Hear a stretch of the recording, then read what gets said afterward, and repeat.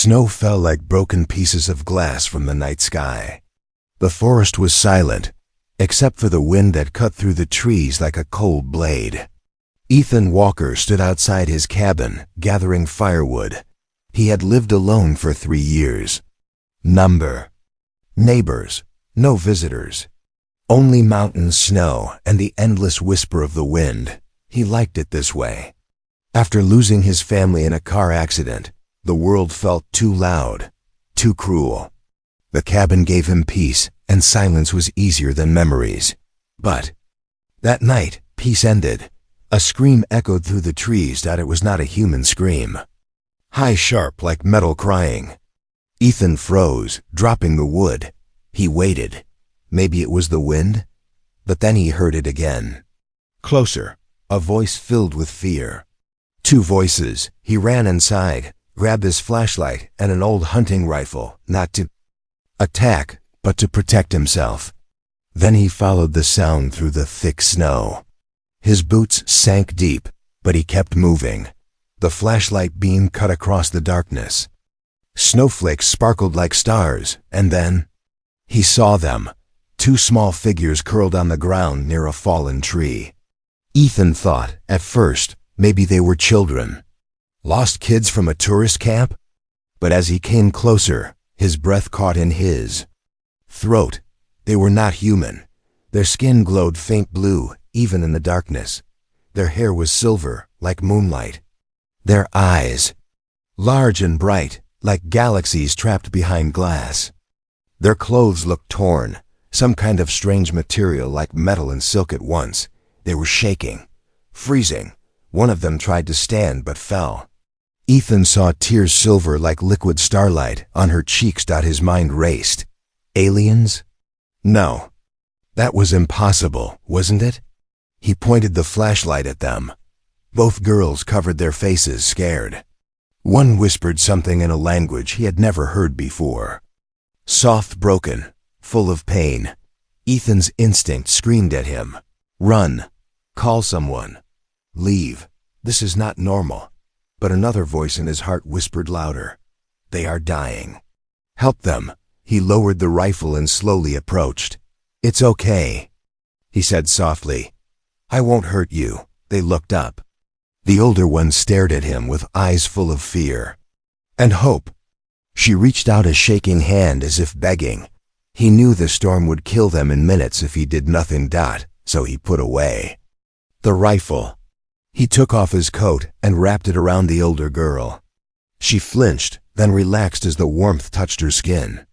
He lifted the smaller one in his arms, surprised at how light she was, like holding a bundle of feathers. He carried them back to the cabin, snow breaking under his feet. The girls trembled, whispering words he could not understand. Something like Tren, Salo, and a word that sounded like royal. He opened the cabin door with his shoulder, rushed inside, and placed them near the fireplace. He lit more wood, flames growing bright and warm. Steam rose from their bodies as the ice melted. The older girl tried to speak. Centro, thank you, she whispered in broken English. You're welcome, Ethan said, confused and afraid, but trying to stay calm. He boiled water, made soup, brought blankets. He didn't know if aliens could eat human food or drink water, so he watched carefully. They sipped slowly, weak but desperate. Suddenly, as they warmed, something strange happened. Symbols like glowing runes appeared on their skin. Lines of light, like constellations. The symbols pulsed softly, like a heartbeat. Then the cabin walls hummed, as if responding. A strange circle of light appeared briefly behind them, floating, spinning before fading. Ethan stumbled back. Shocked. What are you? He whispered. The older girl placed a hand on her chest. Prin. Cess, she said softly. We run. Bad men. Hunt. Princess. Bad men. Hunt. Ethan's head spun. The smaller sister looked at him, eyes wide with fear. She struggled to speak. Please. Safe. We. Safe here? Her voice shook like a Broken instrument. Ethan stared at them. Two alien sisters, lost, freezing, hunted, and now sitting in his cabin. Like scared children, he could call the authorities. He could push them out. He could pretend he never saw them, but he saw the fear in their eyes, the same fear he once had. The fear of losing everything. He knelt beside them. "You're safe here," he said. "I promise." The girls looked at each other, then they leaned forward, touching Ethan's hand. Their touch was warm now, full of trust. Outside, the storm grew stronger. But inside the cabin, something new began. Not a friendship, not a mission, a fate, one that would soon shake the stars. Morning light slowly crawled across the cabin floor, turning the cold room into shades of gold and amber. Ethan woke up on the old sofa. His back hurt from sleeping awkwardly, but his eyes opened fast when he remembered the night before. The aliens. He sat up and looked. Around. The two sisters were still there. They slept on blankets near the fireplace, their skin no longer ice blue. Their glowing marks had faded, but a soft shine still pulsed on their wrists like little galaxies trapped under the skin. For a moment, Ethan wondered if it was all a dream. But then the older sister stirred and slowly opened her eyes. Their eyes met. She smiled. It was a small smile, shy, unsure, but real, good. "Morning," she said, her voice shaky, trying to remember the words. Ethan blinked, surprised. "You? No English?" The girl sat up, holding the blanket around her. "Little. Learn. Video." She pointed to the bookshelf, where an old tablet lay covered in dust. Ethan had downloaded language apps years ago when he thought he might travel. "You learned from that?" he asked. She nodded. The younger sister yawned and sat up too, rubbing her eyes like a human child. Ethan smiled gently. "Are you hungry?" They both nodded instantly. He cooked simple breakfast eggs and bread. He had no idea if alien biology could handle eggs. But last night they had survived soup, so he hoped for the best. As they ate, stiff at first but slowly relaxing, Ethan noticed they copied his movements, cutting the bread, holding the spoon. They wanted to learn, to blend in. After breakfast, Ethan brought out a notebook. He sat in front of them on the floor. "Okay," he said calmly. "Let's try something. Names. I am Ethan." He pointed to himself. The older sister placed a hand on her chest. "Leora," she said. The younger one copied the gesture. "Selene." Leora and Selene. Beautiful names. Like they were made of starlight. Ethan pointed at them again. "Leora, Selene," then at himself. "Ethan." Selene giggled softly. It sounded like wind chimes. Then Leora pointed at Ethan. She tried to say his name. "And," she frowned. Trying again. Ethan smiled. Close enough. For a moment, the cabin felt warm in a different way. Not just from the fire, but from connection. Something Ethan thought he lost forever. But then Selene's smile faded. Fear replaced it. Her glowing wrist trembled, and she whispered something to Leora in their language. Leora's face changed too, dark, a shadow of memory. Ethan leaned forward gently. "What's wrong?" Narrow language. Leora's face changed too, dark, a shadow of memory. Ethan leaned forward gently. "What's wrong?" Leora put her fingertips to her throat, then pointed upward, as if pointing to space. She tried to speak. "We run. Men bad. Soldiers. They kill. All." She paused and swallowed hard. "We escape. Many die. We hide." Selene's eyes filled with tears. Ethan felt his stomach twist. He wanted to ask hundreds of questions, but he remembered they were children and they were afraid. "It's okay," Ethan said softly. "You are safe now with me." Selene crawled closer and sat beside him. Her silver hair brushed against his arm. She leaned her head on his shoulder like she trusted him already. Ethan froze. He wasn't used to closeness, but he didn't move. Away. Instead, he put an arm around her, carefully. Leora watched, her eyes softening. Slowly, she moved closer too until she was sitting beside them. Not touching, but close enough to feel the warmth. They sat like that for a long time, no words. Only the sound of fire and snow. By afternoon, the storm calmed. Sunlight glowed on the white mountains. Ethan decided to show them the cabin. "This is your home now," he said, "if you want." He showed them the kitchen, the bathroom, his tool room, even the little garden outside under a blanket of snow. The girls were amazed by every little thing, like seeing a new world for the first time. When they discovered a photo of Ethan's late family, they pointed at it. "Family?" Leora asked. Ethan nodded. Pain burned behind his ribs. "Yes," he whispered. "My family." Selene touched his hand. "Gone?" Ethan nodded again. Leora looked at him gently and said something unexpected. "We be family now?" He turned away, shocked. Tears he didn't expect filled his eyes. Family. He thought he could never feel that word again. He wiped his face quickly and forced a smile. "Let's start with friends," he said. "Family comes later." But deep in his heart, he felt something change. He wasn't alone anymore.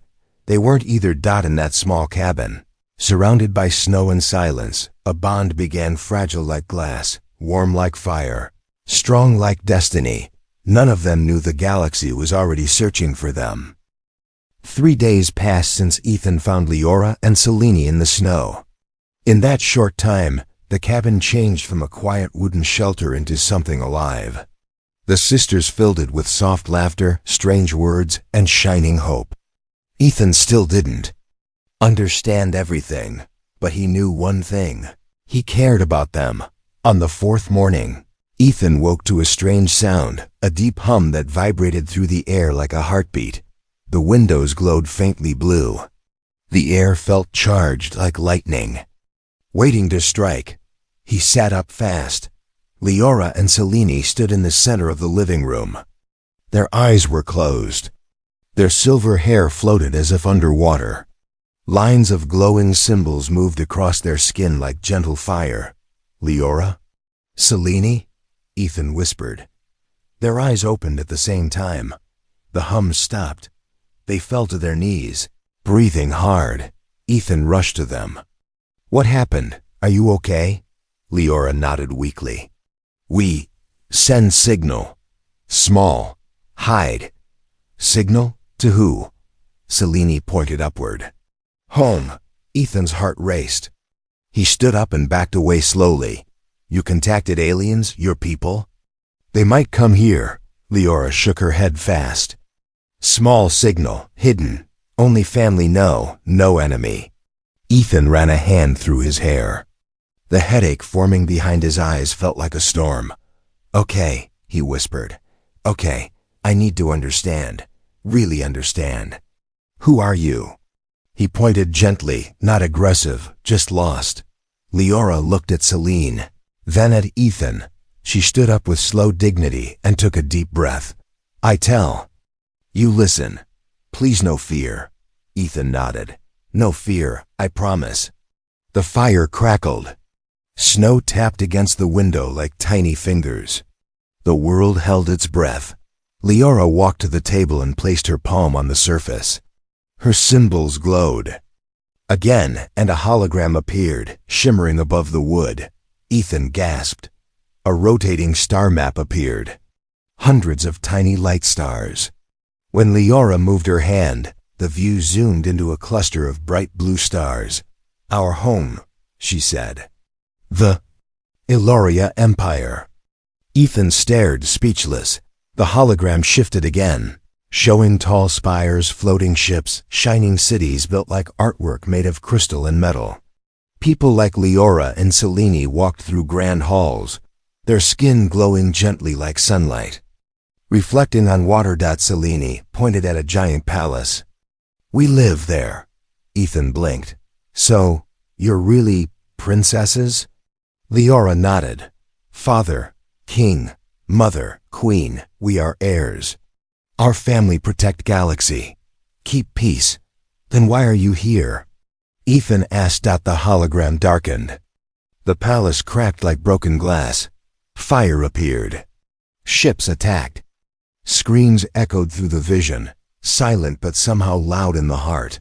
War, Leora said softly. Traitors want power. They kill our people. We escape. Our guards die to save us. They send us in small ship. To Earth, safe place. Not known by enemy. Seleni's voice trembled. We crash. We hurt, cold, we almost die. Leora stepped closer to Ethan. You save us. Silence. Ethan struggled to process it. He felt like a small piece of sand sitting on the edge of a massive universe. He had never thought he would matter again. Not after losing everything. Not after locking himself away from the world, but now. Somehow he was part of something. So big it scared him. He sat down, head in hands. So, what now? What do you need from me? Leora kneeled in front of him, her voice gentle. You already do enough. You give life, warmth, food, safety. We not ask more. Selene took Ethan's hand. We want, stay, learn, be human. Like you. Ethan let out a breath he didn't realize he was holding. You want to stay here, on Earth, in my cabin? They nodded. Ethan looked around the room, small, old. Damaged but warm, not fit for royalty. Not fit for cosmic destiny. But the sisters looked at it like it was paradise. He laughed softly, a broken sound but hopeful. I don't know how to protect princesses from alien armies, he admitted. But I can try, Leora smiled. You protect already. With heart, Selene nodded hard. Best shield. Ethan's chest tightened. He didn't feel like a hero. He didn't feel like a protector. He felt like a man trying his best. But maybe sometimes that was enough. Night fell. Ethan set up beds for the sisters. They slept peacefully, wrapped in blankets. He sat near the fire, staring into the flames, mind racing. He thought about the accident, the loss, the pain, the years alone. Maybe fate sent them to him. Maybe he wasn't done yet. As he started to drift to sleep, a beeping sound came from outside. Quiet, but sharp. Ethan stood and opened the door. A drone floated in the sky. Not human technology. Sleek, alien glowing red dot, it scanned the cabin. Ethan froze. From behind him, Leora whispered in terror. Enemy. The drone flew away into the darkness fast, disappearing like a ghost. Ethan looked up at the sky. Heart pounding. The galaxy had found them, and danger was already coming. The night after the drone appeared felt heavier than the storm that first brought the sisters into Ethan's life. The cabin, once a place of silence and peace, now felt too small, too exposed. Every window looked like an open door for danger.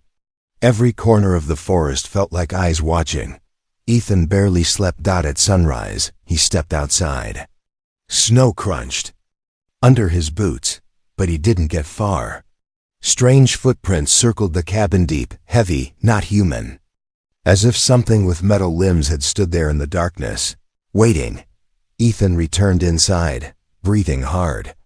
Leora and Selene sat on the couch, already awake. Their faces were pale. They knew something was wrong. They found us, Leora whispered. Enemy scouts, searching. Ethan leaned against the wall, trying to stay calm. What do they want? Just you, or Earth too? Selene hugged a pillow tightly. They want power. We are key, if enemy take us. They control throne, control empire, use army for bad, galaxy fall. Ethan felt cold from the inside. He wanted to tell them everything would be fine, but he couldn't lie. Not anymore. We need a plan, he said. Leora nodded. We teach. You learn. Together survive. Ethan raised an eyebrow. Teach what? I'm just a man with a cabin and a few tools. I'm not some warrior. Selene looked up, eyes glowing softly. Heart warrior, she placed her palm on his chest. Strong here, stronger than laser. Ethan didn't understand, not with weapons yet, but with awareness. Leora taught him alien signals, the humming in the air that warned of cloaked ships, the way light bent when drone, the faint static noise that meant a wormhole was opening nearby. Selene taught him hand signs, simple gestures for hide. Run, wait, trust. She made him repeat them until his head. I'm learning because I'm scared. I've never been this scared. Bravery is not no fear, Leora replied. Bravery is walk with fear. Her words stayed with him. That evening, Ethan checked his radio. Static, no human signals. He didn't want the government involved, not yet. If the military found out, they might take the sisters away. Or worse, start a war. They were on their own as night fell. Ethan installed crude alarm strings tied to cans, snow traps that would reveal footprints, motion lights. It felt useless compared to alien technology, but it was something. The sisters helped too. They drew glowing symbols on the walls, marks of protection, they said. Ethan didn't know if it was real magic or science, but the symbols pulsed gently like living shields. This keeps small enemies out, Selene explained. Big enemies may be slow. Slow is enough, Ethan said. We just need time. He didn't realize how little time they had. Hours passed. Then the lights flickered. Leora stood instantly, eyes widening. They near. Selene grabbed Ethan's hand. Before Ethan could answer, the ground shook. Outside, trees snapped like matchsticks. Snow burst upward as if bombs were falling. A sound like screaming metal echoed through the forest. Ethan ran to the window. 3 alien ships hovered above the trees, each one black like space with red lines running across the hull like veins. Their engines rumbled like thunder. Drones spilled out like swarms of angry insects, scanning, searching. They will see us, Ethan said. Leora placed both hands on the glowing symbols on the wall. The markings brightened, forming a dome of faint blue light around the cabin. The first drone hit the shield. It crackled and sparked, thrown back by the energy. But the shield dimmed. Selene gasped. Shield weak. Not enough power. Long time. Ethan grabbed his rifle. Useless, he knew, but he held it anyway. The ship's lights focused on the cabin. A voice echoed through the air, robotic and cold. Surrender the royal heirs, or we burn this world. Ethan's blood froze. They weren't just after the sisters. They were willing to destroy Earth. Leora shook her head. They bluff. No burn world, but destroy us. Take us. The shield flickered again. Ethan looked at the girls, fear in their eyes, but trust too. He felt his heart break and rebuild in the same moment. No, Ethan whispered. They don't get to take you. He opened the door and stepped outside. Snowflakes danced around him like ghosts. The red lights from the ships painted the world in blood color. Ethan raised his voice, loud and clear. If you want them, you go through me. He expected fear. He expected to shake. But his voice was steady, stronger than he ever felt. The ships stopped for a moment. The forest held its breath. Then the largest ship moved slowly, carefully, and kneeled in the air, dipping forward like a bow. Leora and Selene stepped beside Ethan. Selene whispered, shocked. They think, you guardian, chosen? The ship's voice changed, no longer robotic, soft, respectful. Protector of the royal blood, marked by fate. We do not kill him. Ethan stared, confused. Why? I'm just a man. Leora stepped closer, her voice trembling. No, she said. You are more. You are bridge between our world and yours. The ship slowly backed away, retreating into the clouds, but not disappearing. Watching, waiting. Ethan exhaled, his breath shaking. This was only the beginning. The real war was coming. Ethan was now part of it. 2 years passed. The seasons came and left like ghosts. Snow melted, flowers grew, leaves fell. And then the snow returned again. Life at the cabin changed, but not in the way Ethan once feared. Instead of danger every day, there was growth. Leora and Selene learned English, slowly at first, then fast. Like rivers learning to run. They helped Ethan plant a garden, build a radio tower from old parts, and repair the cabin until it looked less like a place to hide and more like a place to live. Sometimes Ethan forgot they were alien princesses. Sometimes they forgot too. They laughed. They argued. They shared stories of worlds Ethan could not imagine, stars like oceans, skies made of crystals, cities floating between moons. Ethan taught them how to make pancakes. They taught him how to see constellations that did not belong to Earth.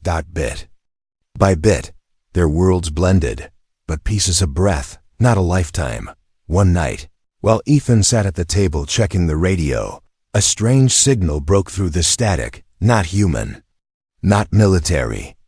Something ancient. A deep hum, like a heartbeat of the universe. Leora froze. Her eyes glowed faintly. They found signal, she whispered. Home is near. Ethan stood. He didn't know why, but his hands shook. You mean your people? The good ones? Your family? Leora nodded slowly. Selene ran to the window, her breath fogging the cold glass. The fleet. They come. Ethan ran outside.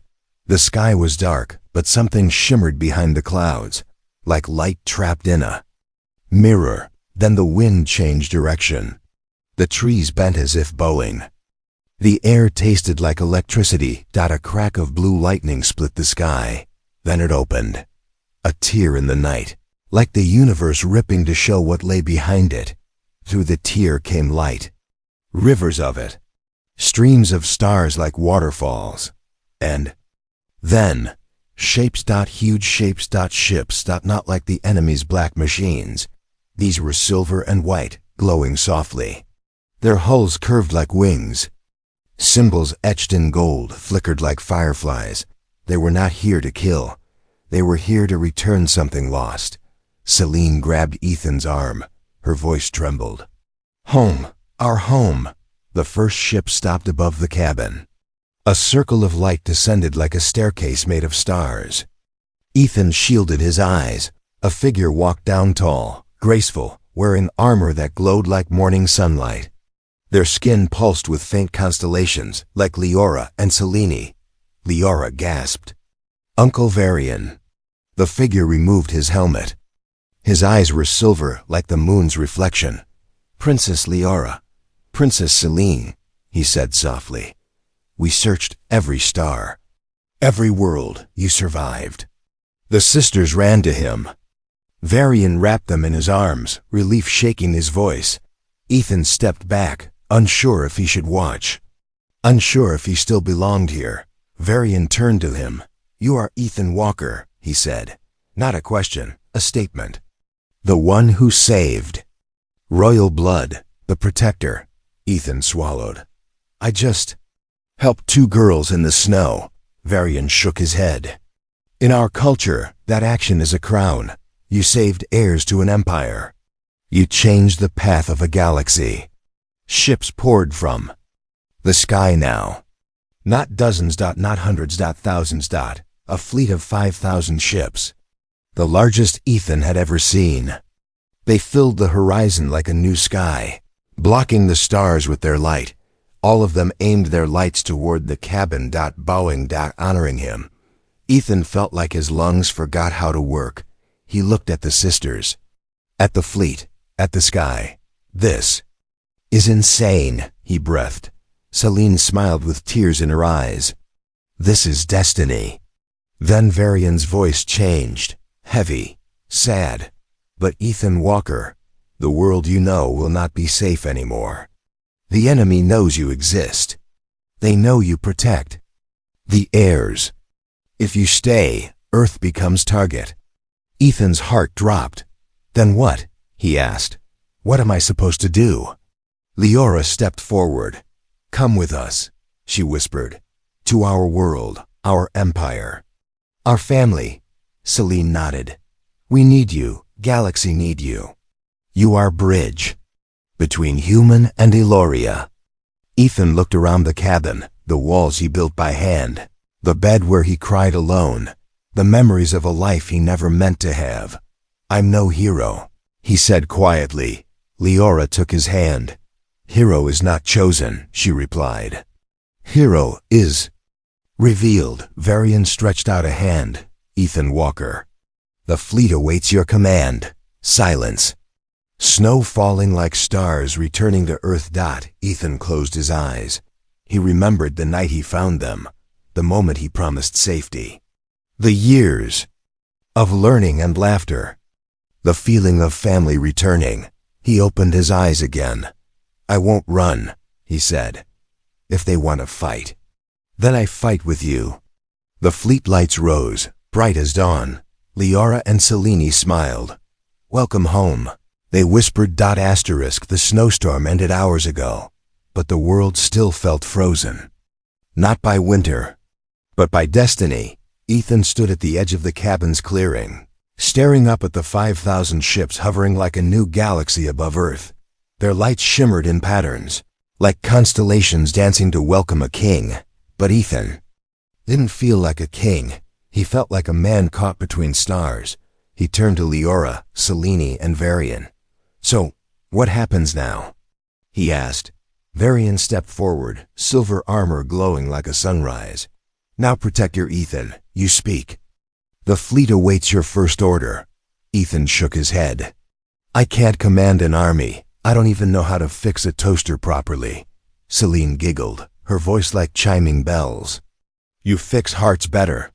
But before Ethan could respond, the air crackled, the sky darkened. A shadow spread across the stars like spilled ink. Enemy ships. Hundreds of them. Black metal like broken teeth, glowing red like open wounds in space. Their engines roared, shaking the trees. They came from a tear in the sky, a wormhole ripping open like an angry door. Them. Leora whispered, fear shaking her voice. Varian's eyes hardened. The traitor fleet.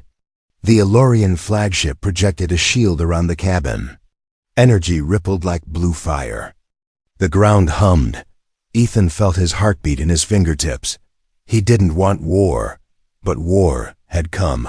Voice boomed across the sky, deep, cold, translated by something unseen. The words echoed clearly. Return the royal heirs. Return the protector. Or Earth falls. Ethan clenched his fists. The sisters stood beside him, small but unbroken. Varian stepped forward and answered, his voice sharp like a blade. They are under Eloria's protection. You will not touch them. Laughter answered. Cruel. Metallic. The enemy ships adjusted formation, aiming their weapons. Ethan's mind raced. He couldn't let Earth become a battlefield. Too many lives. Too much risk, he whispered to Leora. If I go with them, will they stop? She shook her head fast. No, they lie. They want throne, want power. They break promises like glass. Selene grabbed Ethan's hand. We fight together, not alone. Ethan breathed out slowly. This was it. He turned to Varian. I can't tell 5,000 ships what to do, but I know what I want. Varian bowed his head. Say it. The fleet will hear. Ethan stepped forward. Snow crunched under his boots.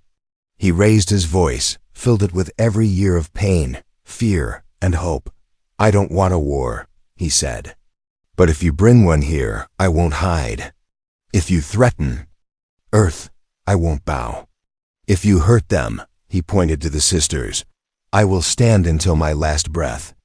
The Elorian fleet reacted instantly. Blue lights ignited across every ship, like stars catching fire, a signal of agreement, a promise of unity. Varian spoke, voice loud enough for the heavens. Fleet of Eloria. Form the wall of dawn, the sky. Changed. The The ships moved into a massive shield formation, curved like the horizon, creating a barrier between Earth and the enemy. The energy grid glowed gold and blue. Like sunrise trapped in metal. The enemy fired first, but the wall held. Beams of red fire hit the shield and scattered like sparks against glass.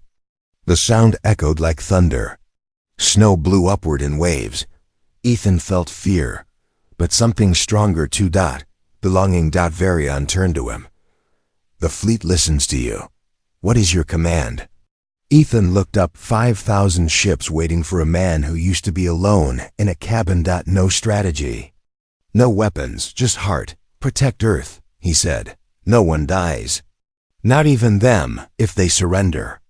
The fleet shimmered in reply. Varian nodded. As you wish. He raised his hand. Blue beams launched, not to kill, but to disable. Precision. Shots cut through engines and weapon systems. Enemy ships spun, powerless. No explosions, no screams. Only silence and drifting metal. The battle was not blood. It was message. A message that war could be resisted without cruelty. That strength did not need death to prove itself. The enemy fleet retreated slowly, engines flickering. Their leader's voice returned, weaker now. Protector, this galaxy will break you. Ethan stepped forward, staring at the sky. No.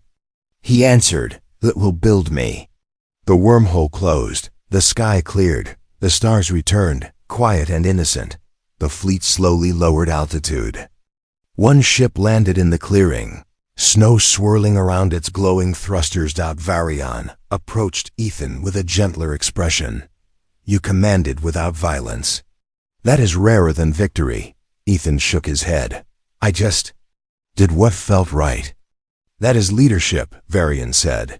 Celine and Leora hugged Ethan, their small hands gripping his coat like he was the only gravity they trusted. Leora whispered, You are anchor to our hearts, Celine whispered, and wing to our future. Ethan looked at the cabin, then the ships, then the stars. Maybe life was not about escaping pain. Maybe it was about choosing where to stand after. He finally spoke, voice steady. Okay, I'm ready. Take me to your world. Leora's eyes shined like dawn. Celine smiled like hope. Varian nodded. The ramp opened. And Ethan Walker protector. Human, nobody. Somebody took his first step toward the stars. Asterisk, the ramp of the Elorian ship glowed beneath Ethan's boots. Warm light, like sunlight made of metal and stars, led him inside. The cabin behind him, the small quiet life he once knew, grew smaller with every step. He paused. Cold air touched his face. Snowflakes landed on his sleeves like tiny memories. He looked back, a cabin, the forest, the world he came from. Every scar, every grief, every lonely night. Then he looked forward. Leora and Celine waited inside the ship, eyes glowing, smiles soft, like morning after a long storm. Varian stood like a guardian of a gate, armor shining with silent promise. Once we leave, Ethan said quietly, I don't know if I can come back. Leora stepped forward. You can. But you will return changed, not less, more. Celine held out her small hand. Come, our home waits. Ethan took her hand. The ramp lifted, closing the door to Earth with a hiss of air. A final click echoed like the sound of destiny sealing shut. The engines hummed. Gravity shifted. Snow lifted from the ground in soft swirls as the ship rose. Earth fell away. Inside, the ship looked like a cathedral of technology, arches of glowing silver metal, floors that felt alive underfoot, windows like sheets of crystal showing stars in every direction. Ethan stared in awe. He felt small, but not lost. Varian guided him to the bridge. The room was circular, windows stretching like curved wings. A giant map floated in the center, planets, stars, and routes like veins of light. This is the star spine, Varian said. Paths. Every traveler takes, some safe, some full of danger. Ethan pointed at the center of the map. And that is your empire? A cluster of blue and gold stars pulsed like a heartbeat. "Our home," Leora said. "You will see soon." Selene tapped the map. The stars zoomed, revealing a planet, white oceans, violet continents, rings of glowing stone. Loria. Selene smiled. "Shining world, our heart." Ethan let out a soft breath. "It's beautiful." Varian's face softened. "Thanks to you, it may live again." But peace does not come without test. An alarm chimed, gentle, not sharp, like a cautious whisper. On the map, a red star flickered. "Enemy territory," Varian explained. "We must pass near it. They may watch. They may try to strike." Ethan nodded slowly. "Then we stay alert." Leora placed a hand on his shoulder. "You learned well." Selene added, "Heart ready. Mind ready. Spirit ready." Ethan smiled, nervous but steady. "With you, maybe I am." Hours passed in travel. The ship soared through light tunnels, streams of color that twisted like rivers of galaxies. Ethan watched Earth grow distant. Until it was just a dot, then gone. He wondered if anyone down there looked up tonight and saw the sky change. If anyone would feel the moment humanity stepped into a larger world. He hoped they would be proud. Later, Leora brought Ethan to a quiet room, round windows, star maps on the walls, couches that adjusted to whoever sat on them, a place to think. She said. Ethan sat. Silence filled the room like calm water. After a moment, he asked, "If your empire welcomes me, what am I? A guest? A soldier? A symbol?" Leora sat beside him. "None in all. You are Ethan. That is enough." Selene curled up near them, her head resting on Ethan's knee. "You choose path, not us, not crown, not galaxy, you." Ethan looked out the window. Stars moved like they were breathing. He closed his eyes. For the first time in years, his heart didn't feel like it was breaking. It felt like it was becoming something. The ship trembled, a gentle shake. "We arrive," Varian announced from the doorway. Ethan stood. They walked to the front of the bridge. The stars parted, revealing a sight Ethan would never forget. Eloria, a world glowing with light, surrounded by floating cities, silver towers, and rings of energy like halos. Ships moved like schools of glowing fish. Beams of light connected. Continents like bridges of stardust. It was like watching hope grow a shape. Varian turned to Ethan. "This is where your second life begins." Leora whispered, "This is where home can be." Selene squeezed his hand. "If you choose." Ethan took a deep breath. He thought of Earth, of the cabin, of cold nights and warm mornings, of fear, of love, of destiny. Then he spoke, not loud, not dramatic. Just true. "I choose to stay. I choose you."